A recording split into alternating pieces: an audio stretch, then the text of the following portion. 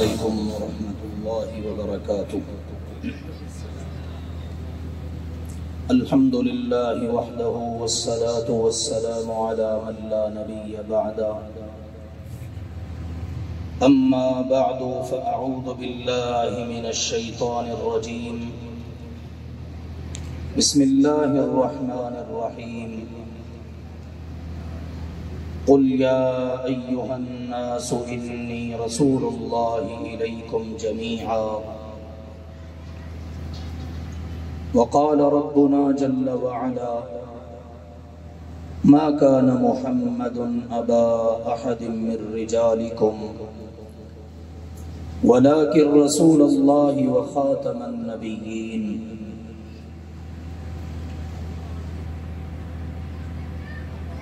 آج کی یہ عظیم الشان تحفظ ختم نبوت کانفرنس کہ جس میں ختم نبوت کے مجاہد اور پروانے شریک ہیں،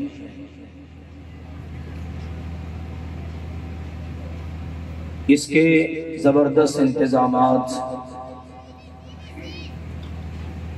اور اللہ کے فضل و کرم سے اس علاقے میں اس کے انعقاد پر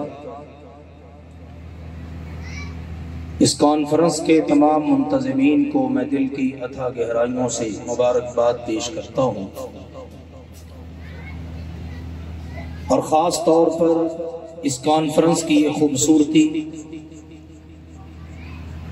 کہ سٹیج پر آپ کو اللہ کے فضل و کرم سے تمام مسالک کے علماء کرام نظر آ رہے ہیں۔ الحمدللہ ہمیشہ ختم نبوت کے مجاہدوں اور پروانوں نے ختم نبوت کی تحریک میں شاندار کردار ادا کیا ہے۔ سب سے پہلی بات تو ہر مسلمان کو یہ یاد رکھنی چاہیے کہ ختم نبوت یعنی اللہ کے آخری پیغمبر حضرت محمد کریم صلی اللہ علیہ وآلہ وسلم کو اللہ تعالیٰ کا آخری رسول اور نبی تسلیم کرنا، یہ ہر مسلمان کے عقیدے کا مسئلہ ہے۔ ہم یہ سمجھتے ہیں کہ جس طرح بنیادی اسلامی عقائد اور عبادات ان کا اہتمام ایک مسلمان کے لیے ضروری ہے، وہیں اس کے لیے یہ بھی ضروری ہے کہ وہ ختم نبوت کے عقیدے پر پورا ایمان اور یقین رکھے، اور جو لوگ بھی ہمارے اس عقیدے پر ڈاکہ ڈالنے کی کوشش کریں ان کو اپنے بڑوں کی طرح ہمیشہ ناکام کرتا رہے۔ آپ دیکھیے قرآن پاک اگر ہم پڑھیں، ایک دلیل نہیں بہت سارے دلائل موجود ہیں۔ میں نے 2 آیات ابتدا میں پڑھی۔ اللہ تعالیٰ کا فرمان ہے قل یا ایھا الناس انی رسول اللہ الیکم جمیعا۔ میرے مصطفیٰ فرمائیے اے انسانوں، وہ انسان عرب کے ہیں یا عجم کے، وہ آپ کی زندگی کے ہیں یا اب تک کے یا قیامت تک کے، جو بھی انسان ہے اس کا رسول محمد ذی شان ہے صلی اللہ علیہ وآلہ وسلم۔ انسانوں کے پیغمبر رسول نبی قیامت تک کے لیے صرف ایک ہیں، اور وہ ہے محمد مصطفیٰ صلی اللہ علیہ وسلم۔ دوسرا مقام فرمایا وَمَا أَرْسَلْنَاكَ إِلَّا كَافَّةً لِلنَّاسِ بَشِيرًا وَنَذِيرًا۔ ہم نے تمام انسانوں کے لیے آپ کو بشیر و نذیر بنا کے بھیجا ہے۔ اور قرآن پاک کے دلائل سے یہ بھی پتہ چلتا ہے کہ آپ صرف انسانوں کے ہی نہیں بلکہ آپ جنوں کے بھی نبی ہیں۔ سورۃ الاحقاف پڑھیے، سورۃ الجن پڑھیے، تذکرہ موجود ہے۔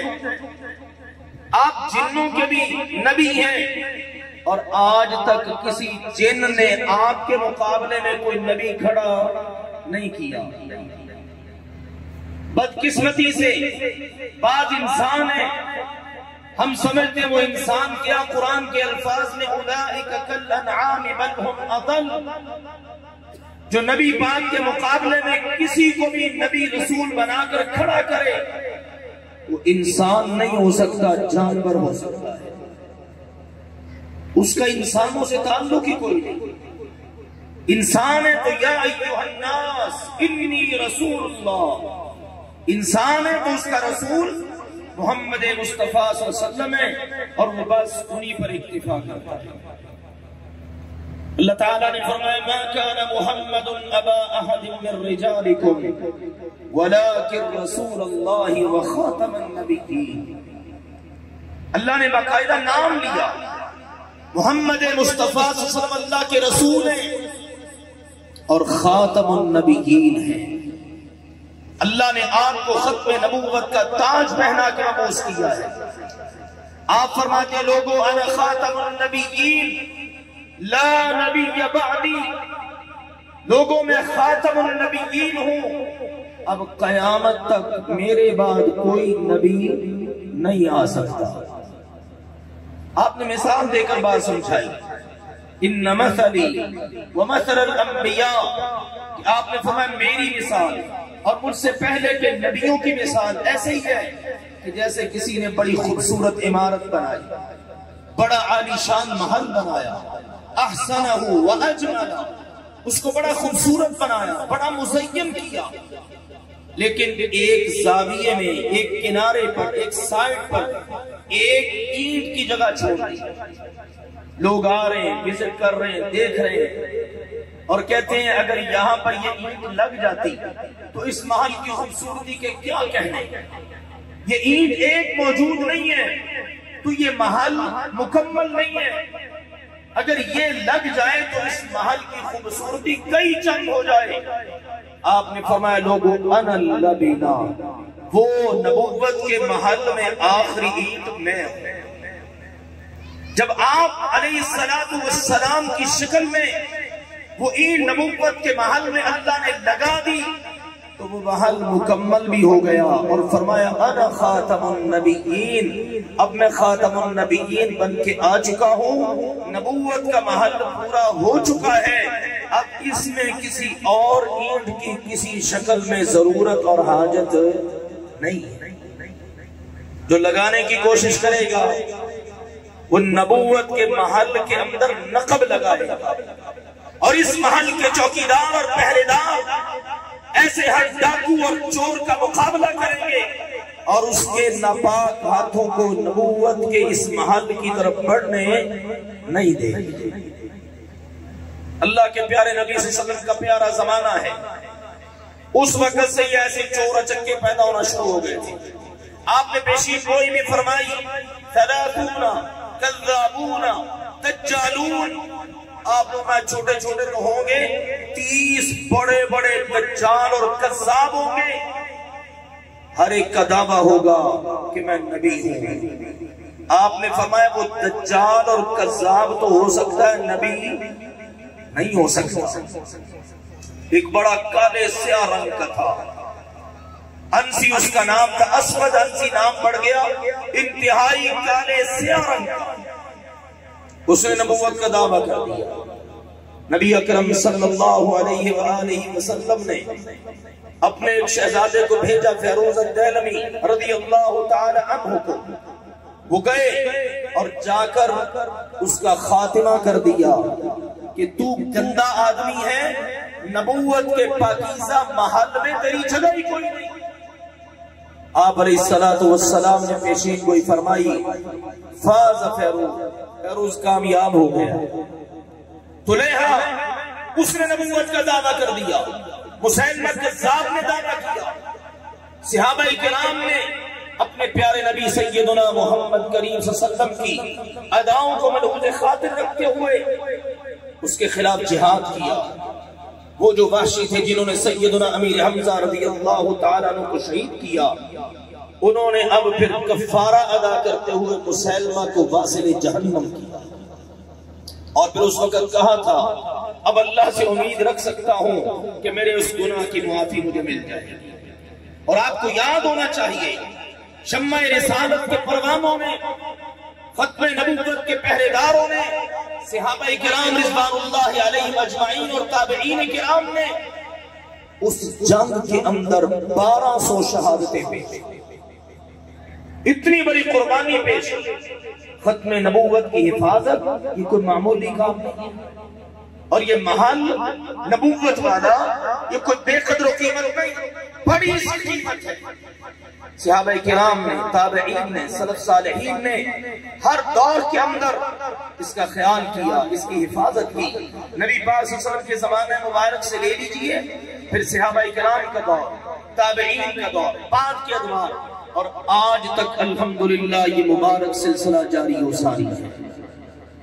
اور انشاءاللہ جب تک ایک بھی کلمہ پڑھنے والا محمد الرسول اللہ کہنے والا زندہ ہے، وہ انشاءاللہ العزیز اس تسلسل کو جاری اور ساری رکھیں۔ ہم اپنی اولادوں کو یہ سبق پڑھاتے ہیں، پڑھاتے رہیں گے۔ ختم نبوت، اس کے عقیدے کی حفاظت کرنا، یہ آج کی کانفرنس تحفظ ختم نبوت ہے نا، تو اپنی نسلوں کو یہ سبق دیجئے، خون کے آخری قطرے تک ختم نبوت کی حفاظت کرنا، جس طرح ہمارے سلف صالحین نے کی۔ آپ دیکھیے یہاں ہمارے علاقے میں، یہ پاک و ہند کے اندر، وہ پہلے کالا وجود میں آیا تھا، یہاں پر ایک کانا وجود میں آ گیا، مرزا غلام احمد قادیانی۔ کانا، نابینا، یاد رکھو جو اللہ کے نبی ہوتے وقت کے سب سے خوبصورت ہوا کرتے۔ سیدنا یوسف علیہ السلام کے حسن کا تذکرہ آپ نے سن رکھا ہے۔ مصر کی خوبصورت عورتوں نے جب حسن یوسف کو دیکھا تو اپنے ہاتھ کاٹ ڈالا، اور اگر ہمارے پیارے نبی کو دیکھ لیتی تو شاید اپنے گلے ہی کاٹ دیتی کہ محمد جیسا خوبصورت، احسن منک لم تر قط عینی واجمل منک لم تلد النساء خلقت مبرئا من كل عیب کأنک قد خلقت کما تشاء۔ آج تک کسی ماں نے محمد مصطفیٰ صلی اللہ علیہ وسلم جیسا خوبصورت جنا ہی نہیں، جنے کیسے اللہ نے ان جیسا حسین کسی کو بنایا ہے۔ تو آپ علیہ السلام انتہائی خوبصورت، باقی انبیاء بھی ایسے ہی۔ تو یہ اٹھا اور اس نے نبوت کا دعویٰ کیا، آج تک اس کی ذریت کوشش کر رہی ہے کسی نہ کسی رنگ میں، کبھی اس کی تعلیمات لا کر، کبھی اس کے بیانات لا کر، کبھی کوئی انداز اختیار کر کے چور دروازوں سے ختم نبوت پر ڈاکہ ڈالنے کی کوشش کرتے ہیں۔ لیکن الحمدللہ شروع سے لے کر اب تک مسلمانوں کے آپس کے اختلافات ہو سکتے ہیں، فقہی اختلافات ہو سکتے ہیں، مسالک میں امت بڑھ سکتی ہے، لیکن جس وقت یہ متفقہ اور اجماعی مسئلہ آتا ہے تو پھر سارے ایک پیج پر اکٹھے ہو جاتے ہیں۔ آج بھی آپ دیکھ لو، 7 ستمبر گزری ہے، مینار پاکستان پر آپ نے اجتماع دیکھا، تمام مسالک کے لوگ الحمدللہ وہاں پر جمع تھے۔ یہ ہے ختم نبوت کے چوکیدار اور پہرے دار۔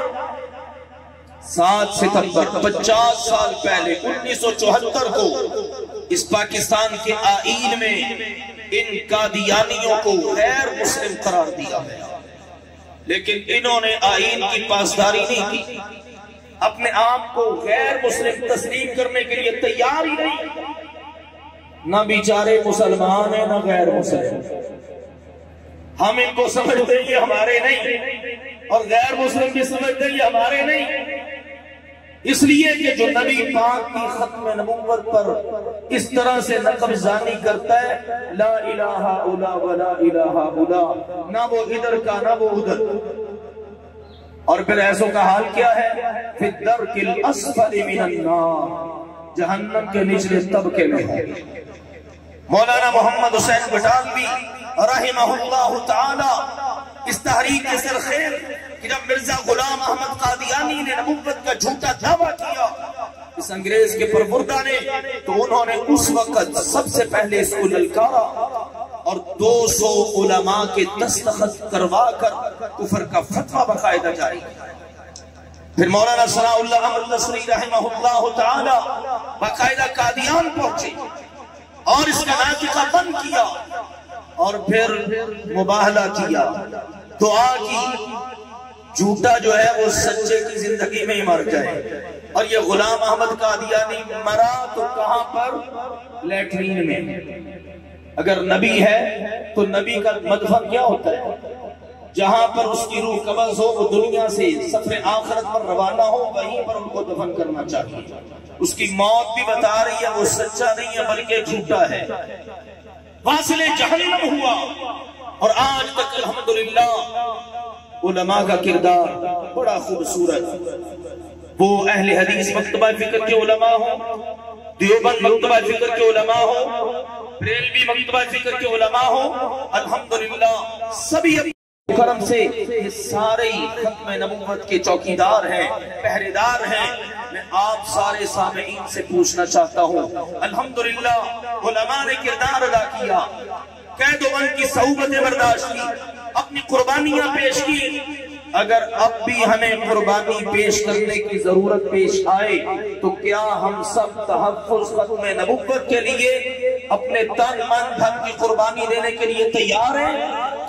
انشاءاللہ العزیز عالم کفر کو سوچ لینا چاہیے۔ الحمدللہ مسلمانوں کا بچہ اس بات کا عزم رکھتا ہے کہ اگر مجھے اپنے حبیب کی ختم نبوت کی پہریداری اور چوکیداری کے لیے اپنی جان بھی قربان کرنی پڑی تو انشاءاللہ میں اس سے بھی دریغ نہیں کروں گا۔ اقول قولی ھذا واستغفر اللہ لی ولسائر المسلمین وآخر دعوانا ان الحمدللہ رب العالمین۔